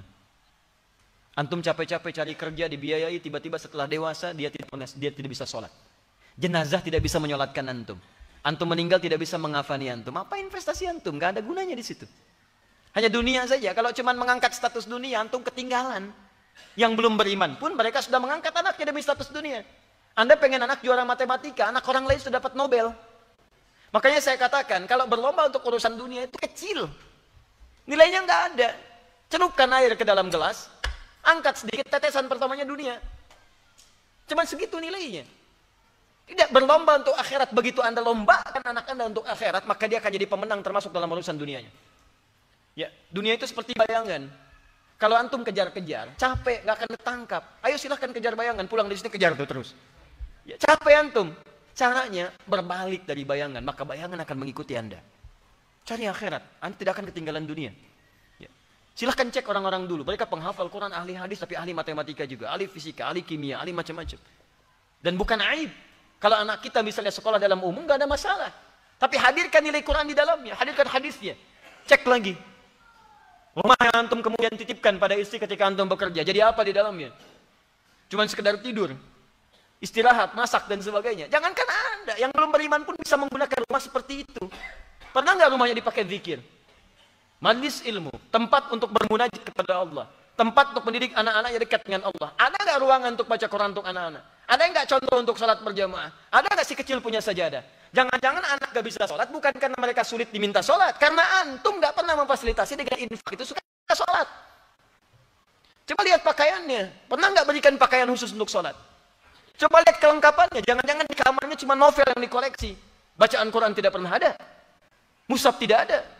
Bagaimana Anda bisa berdoa menjadikan anak yang soleh sementara Anda tidak memfasilitasi anak Anda untuk soleh? Coba lihat kendaraan antum sebelum masuk ke dalam bulan-bulan ini. Dari sekian hidup antum dititipkan kendaraan, berapa kali antum gunakan untuk ibadah? Dan itu akan ditanya. Tus'aluna yawma idzin 'anil na'im. Antum akan ditanya setiap tetes nikmat yang antum dapati. Itu titipan. Berapa banyak digunakan untuk ibadah? Pulang buka pakaian, lihat koleksi. Buka kemudian lihat kendaraan dan sebagainya. Dibandingkan dengan urusan-urusan dunia, berapa digunakan untuk kepentingan ibadah di hadapan Allah Subhanahu wa taala. Makanya saya katakan modifikasi isinya dari sekarang. Antum punya kendaraan, mobil misalnya, isikan murotal Quran di dalamnya. Berangkat kemana-mana itu jadi saksi di hadapan Allah. Jadi saksi itu. Antum dengarkan tausiah, dengarkan Quran di situ. Ya pakai motor misalnya, gunakan untuk yang baik-baik dan seterusnya. Itu luar biasa. Dan itu indah. Kalau nggak percaya coba. Bikin visi dari sekarang, perbaiki keluarga, nafkah yang digunakan, gunakan untuk kepentingan nilai-nilai kebaikan sebagai turunan syariat. Maka Allah akan titipkan keberkahan di dalamnya. Ada seorang ahli Quran. Tinggal di pedesaan. Suaminya bekerja sebagai buruh bangunan. Istrinya itu ngambilin kayu. Masya Allah. Kadang-kadang tidak malu. Di kesawah dan sebagainya. Tapi tahukah antum? Istrinya hafizah penghafal Quran. Anak-anaknya penghafal Quran. Suami pulang ke rumah cuma 500.000 dibawa. Tapi tidak pernah ada keluhan di lisannya. Yang dia katakan, Masya Allah, Alhamdulillah. Abi bawa uang banyak sekali. Banyak sekali. Setiap tamu datang dimuliakan oleh beliau. Makanannya, segalanya, macam-macam. Ada keberkahan di dalamnya. 500.000 tahan dalam sebulan disebut banyak. Dan ada keberkahan di dalamnya. Antum 5 juta, 15 juta masih merasa kurang. Butuh berapa lagi? Coba cek lagi. Nah, yang terakhir. Bagian dari infak ini, teman-teman sekalian. Juga nanti ada pengelompokan setelah keluarganya baik. Jangan-jangan antum banyak infak keluar, tapi keluarga belum tertata. Setelah itu nanti ada 5 golongan. Di Quran surah kedua ayat 215. Paling kanan sebelah bawah. Yas'alunaka madza yunfiqun. Mereka bertanya padamu apa yang harus diinfakkan. Qul ma anfaqtum min khair. Katakan kalau mau infak yang bagus-bagus. Kualitas bagus. Jadi makanan, cari makanan yang baik. Kalau beli mangga, lima-limanya bagus, jangan tunggu sampai mengkerut baru diinfakkan. Mah, udah gak enak nih. Iya, kasih security aja depan. Security, Masya Allah. Antum aja nggak enak lihat Quran surah kedua 267. Wala tayammamul khabitha minhu tunfiqun. Walastum bi akhirih illa an tughmidu fi. Kamu mau nginfakin, kamu aja ngelihatnya nggak enak, mau dikasih orang, kata Quran sindiran. Pertanda Allah tidak terima itu semua. Jadi teman-teman cek. Lalu kalau sudah ada yang bagus, pada siapa diinfakkan? Pertama walil walidain, orang tua. Cek. Orang tua, kandung yang pertama. Kalau masih ada ayah ibunya, muliakan dia. Ya, muliakan termasuk di awal bulan-bulan ini. Kalaupun cuma beli mangga, kirimkan. Mama nggak mau mangga, mama mau pulsa aja, kasih pulsa. Ya, Masya Allah. Pulsa sudah masuk, Ma? Sudah, terima kasih sayang. Terima kasih. Kamu anak soleh ya. Begitu keluar kalimat, kamu anak soleh, doa dari orang tua. Masya Allah. Kirimkan lagi pulsanya. Kamu soleh banget, Nak. Oh, Mas, datang lagi tuh. Gak apa-apa, muliakan. Semampu kita ketika kita bisa mewujudkannya, itu yang terbaik. Wal aqrabin, kerabat terdekat. Jangan jauh-jauh dulu. Antum kasih jauh kerabat sendiri, jauh dari perhatian. Aqrabin dibagi dua, dibagi dua. Ada kerabat dari jalur kekerabatan keluarga, rahmukallah. Ada kekerabatan bertetangga. Lihat tetangga antum, kanan kiri. Ya, kalau masak makanan, berikan. Dan kaidah dalam hubungan kemanusiaan, jangan cukupkan pada yang muslim. Kalau memang tetangga kita semua ini, mohon izin ya, ada yang non-muslimnya, sentuh dia, berikan bagiannya. Bukankah Nabi mengatakan, siapa yang masak makanan, baunya sampai ke tetangganya, maka berikan dia walaupun kuahnya kencang sekali. Walaupun kuahnya. Jadi antum makan ayamnya, dia kuahnya. Gitu. Oh, best. Cara memahaminya begini, kalaupun cuma masak kuahnya saja, bagilah kuahnya itu. Supaya pertama, dia tidak suudzon kepada antum. Antum masak kuah opor ayam. Kuahnya aja, dalamnya singkong. Dan antum bagi, maka tetangga merasakan baunya. Oh, masak opor nggak bagi-bagi, padahal singkong. Bagi dia. Kalau ditanya, kok cuman kuahnya? Di situ kan ada ayamnya. Dia bisa kan? Jadi, tapi kita bisa cari dengan kalimat-kalimat yang baik. Nah, pemahaman kedua, kuahnya aja dibagi, apalagi isinya. Itu maksudnya. Antarkan, walaupun dia non-muslim, antarkan. Begitu masak, bagi, sampaikan. Masak, berikan. Pak, baik sekali. Kok hari ini bisa ngasih? Ini bukan baik, tapi Allah memerintahkan saya untuk berbagi. Itulah keindahan Islam. Bagi. Jangan lihat, ini muslim kasih, non muslim tidak. Ini belum syahadat mau dikasih, tidak, berikan. Begitu disampaikan, ada buah, sampaikan. Pak, kemarin ayam, sekarang buah. Tumben hari ini, bukan tumben, Rasulullah memerintahkan saya untuk berbagi. Ini rezeki yang Allah titipkan, silahkan. Tapi kan kita beda keyakinan, tapi tidak menghalangi kita untuk berbagi. Masya Allah, itu indah. Besoknya dia WA lagi, Pak, Allah sudah perintahkan berbagi belum hari ini? Minimal ada kalimat Allah di lisannya, udah bagus. Ya, paham ya? Iya, tebarkan, dan sebagainya. Maksudnya mesti ada. Wal yatama, anak yatim. Yatim di sini bisa dia masuk kategori fakir miskin, bisa masuk dalam kategori bukan fakir, bukan miskin. Bapaknya meninggal. Memang mungkin ada harta, tapi dia butuh hiburan yang lain. Ya, perhatian, kasih sayang. Antum kerabatnya misalnya, boleh belikan mainan dari bentuk infak. Berikan padanya. Sampaikan, berikan hiburan. Dia senang mainan, berikan. Oh, terima kasih. Ini kan yang kemarin diminta sama ayah. Mudah-mudahan nanti baik ya, dan bisa menutupi permainan. Yuk nanti main ke Om sama-sama. Om, terima kasih Om, Masya Allah. Sudah dekat dia naik. Ya, nggak apa-apa, kamu kan yatim. Oh, tidak ya, kalimat itu simpan. Ya, di masa Nabi itu luar biasa. Nabi melihat sedang berjalan, ada sekelompok anak-anak dan sedang bermain. Seketika terlihat seorang anak kecil. Ini kisah nyata, kisah orang-orang soleh di masa lalu, dan terinspirasi dari kisah-kisah Nabi. Sebagiannya kisah-kisah Nabi yang langsung dialami. Kemudian ketika dilihat, anak ini termenung sendiri dan dia sedih. Kata Nabi, kenapa kamu? Mabik. Kata anak ini, saya malu bermain dengan mereka. 5, kata Nabi, kenapa? Ini saya tidak punya mainan, pakaian saya pun lusuh. Kenapa? Ayah saya meninggal fisabilillah. Tufiya bi fisabilillah. Wafat ayah saya sedang berjuang jihad, dan saya kehilangan apa yang biasanya diberikan oleh ayah. Malu dia bermain. Kata Nabi, perhatikan kalimatnya. Lihat kalimatnya. Aradita an yakuna Muhammadun aban laka wal Hasan wal Husain ikhwan laka wa Fatimata ukhtan laka. Apakah mulai hari ini kamu ridha kalau Muhammad sallallahu alaihi wasallam jadi bapak yang akan merawatmu? Hasan dan Husain adalah saudaramu, dan Fatimah adalah saudarimu.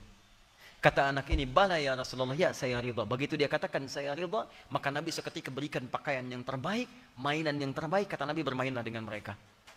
Maka dibawalah pakaian dan mainan itu, bermain dengan anak-anak tadi. Dengan begitu luar biasa gembiranya. Ketika gembira luar biasa, teman-temannya kaget, kok pakaiannya lebih bagus? Mereka bertanya, dari mana semua ini? Dikisahkanlah oleh anak ini. Ayah saya katakan saya bertemu Nabi, saya katakan ayah saya meninggal di jihad fisabilillah. Lalu Nabi mengatakan, apakah kamu ridho saya jadi bapak kamu yang merawat Hasan dan Husain saudaramu dan Fatimah saudaramu? Saya katakan saya ridho, maka saya diberikan semuanya ini. Kata mereka anak-anak itu, ya kenapa bapak kita nggak meninggal juga?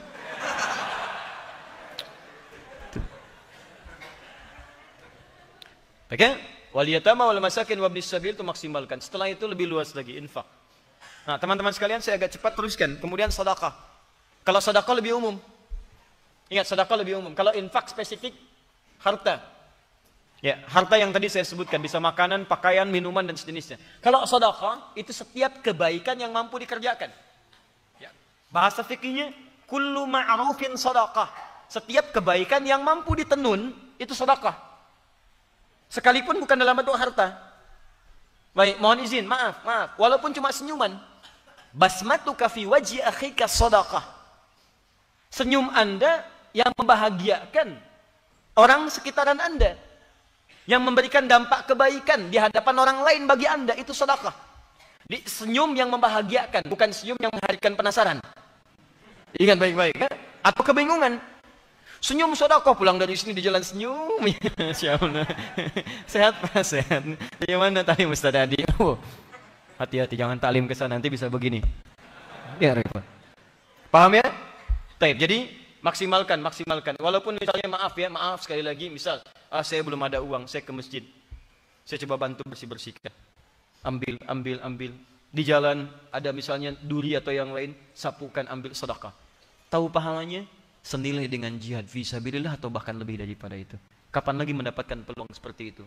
Poin paling cepatnya, jika Anda, menemukan peluang untuk beramal soleh, cepat kejar itu. Dengan apapun itu sifatnya. Bisa dengan harta, bisa dengan pengetahuan, bisa dengan kedudukan, bisa dengan tenaga. Atau sekedar senyuman. Selanjutnya, ya, bagian 2 terakhir, muhasabah. Introspeksi diri. Muhasabah, introspeksi diri. Mulai dari ujung kepala sampai ujung kaki. Ya, supaya ini dicek. Terbiasa berbuat maksiat apa? Arahkan sekarang pada yang baik. Ya, kalau tidak mau misalnya antum kesulitan, data dulu anggota tubuh yang sering berinteraksi. Paling gampang sebetulnya dilatih lewat wudu. Wudu itu yang dibasuh adalah anggota tubuh yang biasa kita gunakan berinteraksi. Silahkan cek. Wajah. Lisan kan biasa banyak bicara. Ya kan? Kumur-kumur. Hidung ditarik sedikit, kadang-kadang mencium yang tidak baik. Telinga, wajah, ya sampai ke mata dan sebagainya. Tangan, ini sering digunakan, bahkan dimulai dari jemari. Sampai kemudian ke kaki, kepala sebelumnya, ya, yang diusap diantaranya sampai dengan menunjukkan kepada pikiran. Itu dimuhasabah. Coba diintrospeksikan. Makanya setiap antum setelah wudu, apa doa yang dibaca? Asyhadu an la ilaha wa asyhadu anna tayyib. Allahumma minat waj'alni tahan. Allahumma ja'alni minat tawabin. Ya Allah, mohon jadikan aku termasuk orang taubat. Kok bisa baru selesai wudhu, doanya doa taubat? Sedangkan taubat itu kan mengakui kesalahan yang dilakukan, menyesali kesalahan dimaksud, dan berjanji tidak mengulanginya. Nah, janji itu dibuktikan lewat perubahan. Itu tidak dilakukan lagi.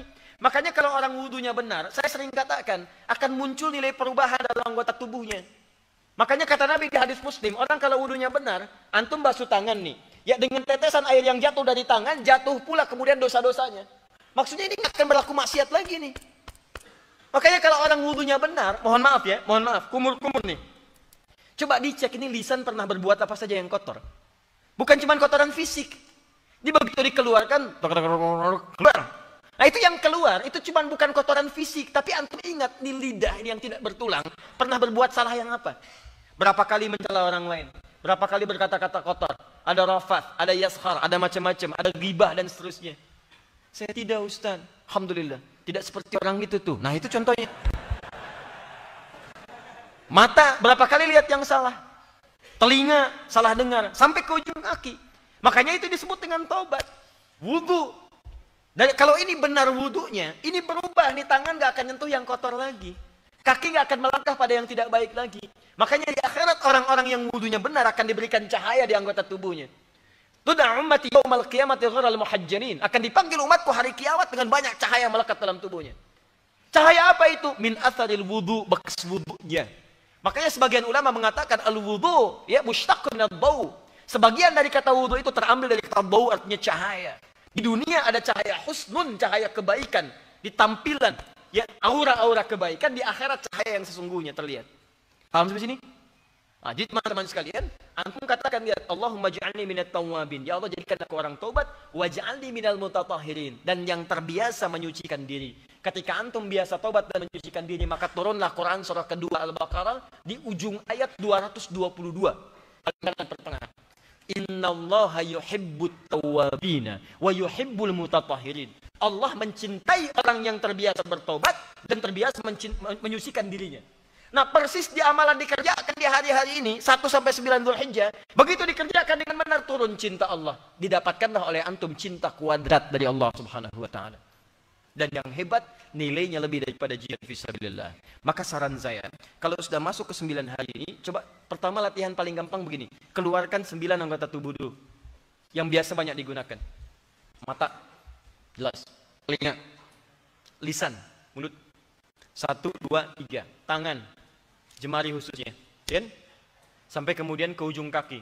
Tambah plus dengan pikiran di atas. Nah, mulai setiap hari, coba antum berlatih. Misal, hari pertama saya akan jaga mata untuk melihat yang baik-baik saja. Yang tidak baik saya nggak akan lihat. Paham ya?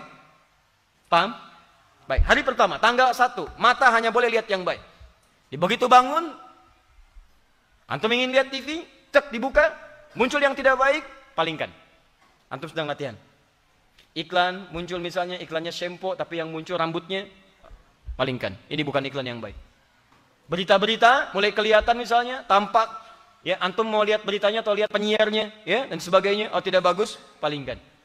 Kemudian hari kedua misalnya, awas, ini tidak mudah mata ini. Sehari ini saja berapa kali mata lihat yang salah. Ini survei membuktikan, tadi pagi ada yang menyampaikan kepada kami, itu orang Indonesia saja, orang Indonesia seharinya bisa 4-5 jam pegang handphone. 4-5 jam. Pertanyaan saya, dari 4-5 jam itu berapa kali lihat gambar yang salah? Dari mata saja itu. Gambar yang keliru, antum punya istri yang dilihat gambar satu sisi orang lain, ya, dan sebagainya. Ada gambar-gambar yang tidak bagus, video-video yang tidak layak, berapa kali dilihat? Besoknya latihan lisan. Hari kedua, tahan. Mau bicara yang tidak bagus, tahan. Dipancing-pancing berkata-kata, tahan. Kok nggak balas? Sedang latihan. Supaya lebih baik lagi. Kalau bisa nggak usah bicara. Ada saum. Seperti Maryam saum, tidak bicara. Quran surah 19 ayat 26, paling kanan sebelah atas. Inni nazartu lirrahmani sauma. Saya sedang saum. Apa saumnya? Falan ukallimal yauma insiya. Saya nggak mau bicara pada hari ini. Tahan. Kata Nabi, man kana yu'minu billahi wal yaumil akhir falyakul khairan aw liyasmut. Siapa yang merasa beriman pada Allah dan hari akhir, katakan yang baik-baik, kalau nggak bisa diam. Ambil 2 prinsip itu. Hari ini saya mesti berkata yang baik, kalau nggak bisa diam. Diam. Kenapa nggak bicara apa? Sedang puasa. Puasa apa? Nggak bicara. Kok itu bicara? Contoh. Jalan. Sampai ke ujung kaki. Itu muhasabah. Nah, ini penting Anda lakukan, khususnya nanti ke tanggal 9. Nanti pekan depan saya bahas kenapa ini penting sampai ke tanggal 9. Kalau Anda lakukan itu dengan benar, maka sejak tanggal itu Allah akan gugurkan dosa-dosa Anda dari ujung kepala sampai ujung kaki. Saya serius tentang ini. Nanti tanggal pekan depan kita akan bahas dengan sempurna tentang masalah ini. Kemudian amalan selanjutnya zikir, segala jenis zikir. Coba evaluasi, zikir itu setiap aktivitas yang mendekatkan kita dengan Allah. Coba evaluasi lagi pekerjaan antum mendekatkan diri dengan Allah atau tidak. Ya, maaf, sekarang belajar mendekatkan diri dengan Allah atau tidak. Di rumah tangga sudah dekat dengan Allah atau tidak. Coba dicek yang kurang apanya. Misal di rumah yang kurang perangkatnya. Untuk baca Quran kurang mushaf. Untuk sholat gak ada sejadah. Untuk macam-macam. Mulai tata lagi dengan baik. Ruangan banyak yang tidak ada faidahnya. Ini begini, ini begini, ini begini. Kenapa satu nggak dibuat mihrab saja? Kenapa satu nggak jadi musola? Kenapa ruang tengah nggak jadi kita sholat berjamaah, tahajud bareng-bareng dan sebagainya? Hadirkan. Ya, seperti Nabi pernah memetakannya. Nabi tinggal dipetakan, di petak-petak maksud saya rumahnya. Tapi ada petak untuk ibadahnya, ada petak untuk istrinya, ada petak untuk anaknya. Dan indahnya semua petak itu bermanfaat dalam kehidupan. Kita ini Nabi bukan, Rasul bukan. Petaknya lebih luas. Banyak kamar-kamarnya. Kenapa tidak ada kamar di antara itu yang lebih mendekatkan diri kepada Allah? Cek semuanya. Baik. Kemudian kalau antum, ini saya tutup. Ini satu rumus yang terakhir. Tadi saya urutkan beberapa amalan. Ada berapa jumlahnya? 6. Masa? 8. 8. Masya Allah. Nanti lihat ya. 1 apa? 2 qiraat Al-Quran. 3 tilawah Al-Quran. 4 hafalan Al-Quran. 5 infak. 6 sedekah. 7 muhasabah. 8 zikir. 6 atau 8? Nah, sekarang yang terakhir. Yang terakhir ini yang paling dahsyat. Kalau antum kerjakan satu amalan ini, maka 8 amalan tadi akan ikut seketika.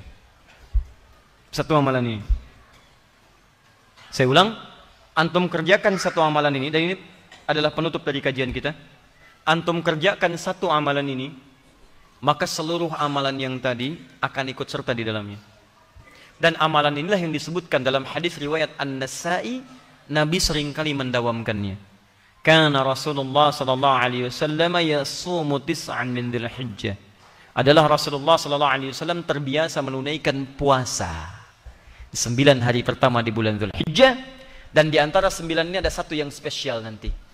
Nah, rumus pertama, kalau antum ingin gabungkan semua amalan tadi, maka coba maksimalkan puasa tanggal 1 sampai dengan 9-nya. Memperbanyak sifatnya.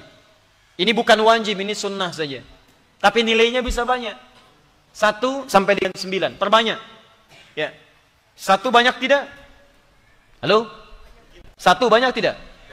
Bisa banyak bagi orang yang tidak pernah puasa. Bisa banyak. Tapi bagi yang terbiasa puasa, tambah 2, tambah 3, tambah 4, tambah 5, sampai dengan 9. Perbanyak puasa. Nah, puasa itu diantara rahasianya, 1, bisa meningkatkan ketakwaan dalam pengertian mengumpulkan semua jenis ibadah yang bisa dikerjakan. Saya sering sampaikan pada Anda, orang puasa itu jangankan sholat fardu, sholat sunnah dikejar-kejar. Beda rasanya kalau sedang puasa lain. Anda tidak puasa, jangankan yang sunnah, ketinggalan fardu masih agak nyantai. Tapi kalau sedang puasa, jangankan yang fardu, ketinggalan sunnah gelisah Anda. Coba cek saat Ramadan, tarawih itu fardu atau sunnah? Sunnah, tapi kalau Anda belum tarawih, nggak bisa tidur malam. Malam mimpinya dikejar-kejar. Astagfirullah, kenapa Pak dikejar-kejar? Sama siapa? Tarawih. Bangun Anda. Padahal sunnah hukumnya. Rawatib juga begitu. Baca Quran, silakan cek antara puasa dengan tidak puasa lain. Anda tidak puasa, belum tentu ada getaran. Al-Quran bisa dibaca, Al-Quran belum tentu. Tapi saat Anda puasa, Al-Quran bisa menjauh, Al-Quran bisa dekat dengan Anda. Infak. Saat tidak puasa, yang dekat bahkan kasat mata di depan belum tentu diberi. Pak Prit, sama kayak kemarin ya. Kemarin sama, nggak ngasih, jalan. Baik. Tapi saat puasa, yang nggak kelihatan mata, Anda bisa data. Bukankah saat Ramadan kemarin data fakirnya berapa? Miskinnya berapa? Dan sekuat tenaga Anda bagikan itu berangkat sana, berangkat sini. Bahkan dari keluarga terdekat, keluarga jauh, Anda data. Di orang puasa itu cenderung mengumpulkan banyak kebaikan untuk dikerjakan. Dan hebatnya yang kedua, dia akan menahan maksiat. Silahkan cek orang puasa. Pada saat dia puasa, dia akan tahan dirinya untuk tidak berbuat maksiat. Pemarah, itu bisa menahan marah saat puasa. Orang yang dusta, bisa tidak berdusta saat puasa. Silahkan cek. Sekarang jadwal buka jam 6, setengah 6 dia dimaki-maki. Ya udah, wah habis tuh satu buku dibaki-maki. Bisa tahan dia. Kenapa nggak dibalas? Habis maghrib ntar. Habis maghrib. Begitu maghrib lupa dia.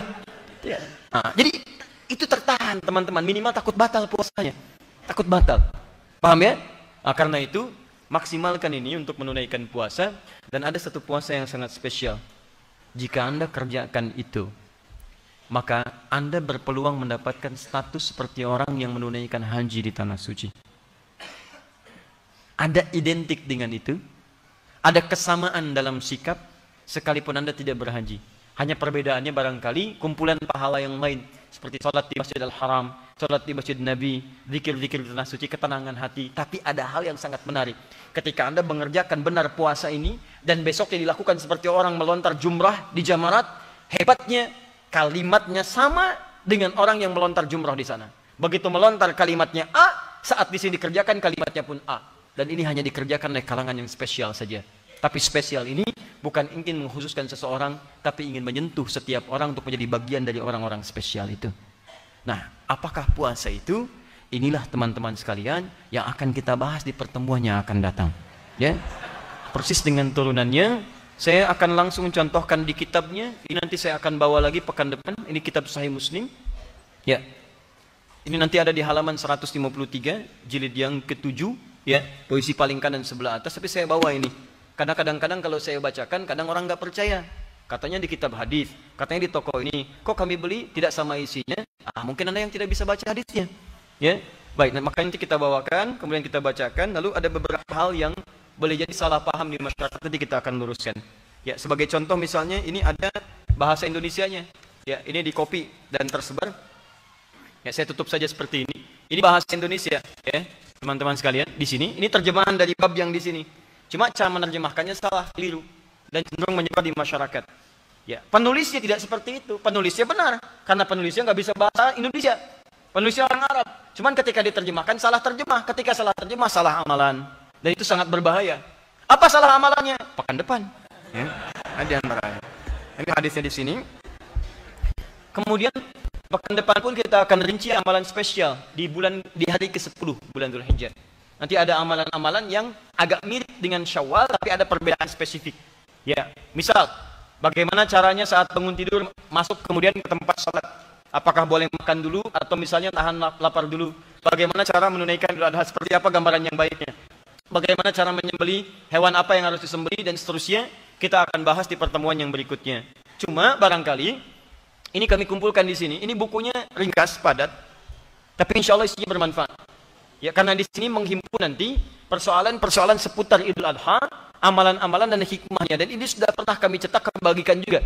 Ya, kami bagikan gratis bahkan untuk didapatkan. Tapi saya mohon maaf, ini karena saya baru teringat dan kami akan menunaikan ibadah haji, jadi belum ada kesempatan untuk mencetak sekarang. Coba dirujuk kembali, karena itu nanti isinya kami ajarkan dulu pekan depan, supaya dengan pengajaran itu insya Allah, walaupun barangkali belum mendapatkan bukunya, tapi isinya sudah didapatkan dalam kehidupan kita sebagai bimbingan. Sepakat sampai sini? Kan tinggal sepakat saja ya, saya nerangkan dan sebagainya. Baik ya, izinkan saya menyampaikan beberapa informasi. Pertama,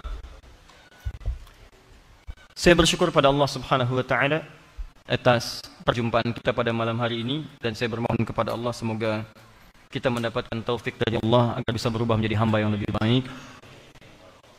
Amin adalah harapan sekaligus pembuktian. Jadi ketika Anda berharap Allah mengabulkan apa yang kita mohonkan, maka buktikan kepada Allah kita berubah. Maka hari ini berlombalah dengan orang soleh dalam meningkatkan kebaikan. Jika belum mampu, berlomba dengan para pendosa untuk bertobat. Tinggalkan segala maksiat yang pernah dikerjakan, pelan-pelan kita berubah. Dan insya Allah akan ada ketenangan dalam hidup dan ada perubahan yang lebih bermanfaat. Kedua, kami mengucapkan terima kasih kepada seluruh peserta yang berusaha untuk mengikuti tes seleksi beasiswa di pekan yang lalu. Dalam khususnya penerimaan di beberapa kampus yang kami tawarkan. Kemarin hadir sekitar 800 orang. Walau yang diterima barangkali hanya 20, itu pun dikerucutkan jadi 13. Dan insya Allah besok nanti ada wawancara bagi 25 orang yang telah diseleksi. Namun demikian, saya ingin mengajak pada yang belum masuk pun, barangkali jangan terlampau berputus asa, karena saya akan semaksimal mungkin mengakomodir teman-teman semua yang kemarin yang mendaftar. Jika kemudian tidak ada di Turki, maka nanti saya usahakan ke negara-negara lain. Jikapun tidak didapatkan di tempat ini, atau nanti saya coba buat bimbingan sendiri untuk memaksimalkan potensi teman-teman semua. Dan saya barangkali mengajak Anda untuk terlibat aktif semua, menyiapkan kadar-kadar terbaik, sekalipun itu hanya anak-anak, ataupun keluarga Anda sendiri. Siapkan mereka, boleh jadi mereka lah orang terbaik yang bisa mengubah masa depan di kemudian hari. Jadi besok insya Allah, pada Jumat, teman-teman sekalian, itu bagi yang telah disampaikan datanya di pengumuman akhir media, pada Jumat akan ada wawancara dengan kami, kemudian nanti mudah-mudahan ada hasil yang terbaik. Sepulang dari haji, kalau Allah masih memperkenankan kita hadir, sehat, masih diberi kehidupan, insya Allah nanti kita akan kedatangan tamu, ya khusus datang kepada kita semua, langsung dari 3 negara, ada dari Turki, ada dari Irak, kemudian ada dari Sudan. Dan berita baiknya, mereka juga akan memberikan kesempatan ya kepada putra-putri terbaik barangkali untuk bisa melanjutkan pendidikan di tempat yang mereka kelola, yaitu perusahaan sekolah-sekolah terbaik yang di bidangnya di negara masing-masing yang bisa kemudian didapatkan. Itu salah satunya. Yang kedua, terkait dengan materi yang kita bahas pada malam hari ini, insya Allah itu nanti diupload di Akhir Media, Akhir TV atau quantumakhir.com. Anda bisa langsung download ini dan Anda bisa jadikan pedoman.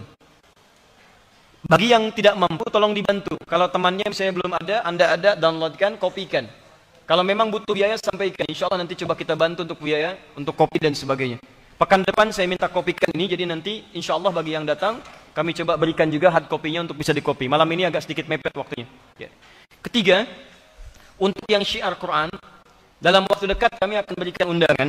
Mudah-mudahan sebelum kami berangkat haji, nanti akan kami berikan undangan yang sudah terkonfirmasi, ada komunitasnya. Nanti minta diutus perwakilannya. Kami akan berikan petunjuk-petunjuk, baik itu modul, kemudian petunjuk kelas, dan langsung kami berikan bekal mushafnya. Sekarang sedang kami kumpulkan dahulu, ya, datanya sudah ada. Mushaf sampai hari ini sudah kami kumpulkan untuk khusus program ini. Nanti bila sudah terhimpun kami undang datang kemari. Kemudian setelah itu kami berikan bekal mushafnya sesuai dengan jumlah anggotanya. Lalu kami berikan modulnya dan kita akan langsung mulai dengan target-target yang telah ditetapkan. Baik. Saya kira itu yang disampaikan, dan terakhir saya mohon izin perbaiki niat ketika datang ke masjid atau ke majelis ilmu. Dan jangan pernah berpikir untuk bermaksiat di rumah Allah Subhanahu wa taala. Karena keberkahannya bukan cuma tidak akan didapatkan, tapi akan berlipat kesengsaraan yang diraih. Ya, termasuk tolong jaga di antara kita semua. Saya mendapat laporan hari Sabtu yang lalu, bukan dalam suasana ta'lim, ya, ada yang kemudian tertinggal atau kehilangan handphone. Kalau orangnya masih terhubung dengan kita dan belum ditemukan, kami cek di CCTV-nya, sudah ada kelihatan orang yang ngambilnya, ya, tapi belum kemudian ditemukan. Saya sampaikan, silahkan yang kehilangan datang, kami akan ganti sesuai dengan handphone yang adanya. Tapi kami berikan peringatan kepada orang yang terbiasa demikian, tolong tinggalkan perbuatan itu. Kalau ada masalah Anda sampaikan. Kalau ada cara yang baik, kenapa menempuh jalan yang haram? Toh rezeki itu akan didapatkan. Ya, karena itu ini pesan yang kami sampaikan. Mudah-mudahan Allah meridhai kita semua. Kita berjumpa insya Allah di Kamis yang akan datang dengan pertemuan yang barangkali akan membahas perlengkapan materi hari ini. Siapa yang paling jauh? Dari mana? Madura, Masya Allah. Ya? Kalimantan Selatan. Antum pernah datang kemari pekan lalu? Sama, baik. Antum? Ya? Makassar. Antum? Riau. Sengaja datang ke sini? Minggu lalu ada keperluan. Antum sengaja datang ke sini? Ikut anu. Apa itu anu?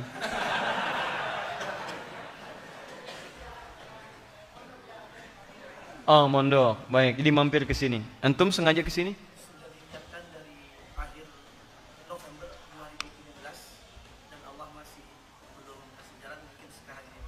Oh, tayyib. Dari Sumeneb ke sini? Ya. Masya Allah. Masya Allah. Oh, dari Sumeneb ke sini pakai apa? Oh, pesawat, Masya Allah. Terbang, ya. Baik, terbang ke Jakarta, baik kereta khair, insya Allah. Saya hadiahkan pada antum ini yang pertama. Baik, jazakallah khair. Dan tiket pesawatnya kami ganti, insya Allah, untuk datang dengan pulangnya. Semoga Allah meridhai. Yang akhwat, yang paling jauh, dari mana? Antum akhwat. Masya Allah. Luar biasa. Ya Pak, saya baru tahu ada akhwat gak pakai kerudung, pakai peci. Tahan Pak ya. Baik, akhwat ada yang paling jauh dari mana? Nanti akhwat ke ini saja panitia. Saya tidak bisa berkomunikasi di sini. Ya. Dari mana? Pontianak, Masya Allah. Pontianak. Sengaja ta'lim ke sini. Berapa orang? 1 orang. Semoga Allah berikan pahala yang terbaik insya Allah. Perjalanan cukup jauh. Baik, tolong nanti Mas Denny dicatat juga ya. Mas Asikin ya. Saya berikan hadiah untuk yang dari jauh. Masing-masing akan mendapatkan mushaf terbaru. Belum, tidak cukup dengan amin. Nanti dikasih dulu. Ini mushaf Al-Akhyar yang ini. Ini mushaf dengan nama Akhyar. Dan nanti mushafnya ini sifatnya perkata ya, dia untuk memahami. Untuk memahami nanti kami bagikan yang jauh, khususnya yang memang di luar Jawa khususnya ya, yang barangkali sulit untuk didistribusikan untuk mushaf yang seperti ini. Tadi saya lihat ada dari Riau, ada dari Pontianak, dari beberapa tempat. Tolong nanti akan dicatat oleh panitia kami. Nanti ini akan dibagikan satu persatu sebelum kembali ke tempat masing-masing. Ya, paham sampai sini? Baik, untuk yang Pontianak tadi 1. Kemudian yang Sumeneb insya Allah kami ganti tiketnya ya. Yang lain tawakallah kepada Allah. Mudah-mudahan ada kebaikan semuanya ya. Baik teman-teman sekalian, ini untuk antum pertama. Antum Jawa ya? Jawa. Berarti antum belum dapat. Buat antum insyaallah. Ini untuk antum. Ya.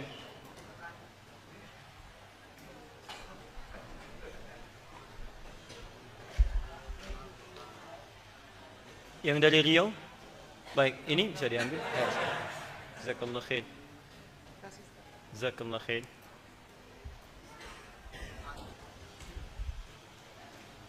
Afwan. Khair insyaallah. Khair insyaallah. Ibarik fik. Masyaallah. Jazakallah khair.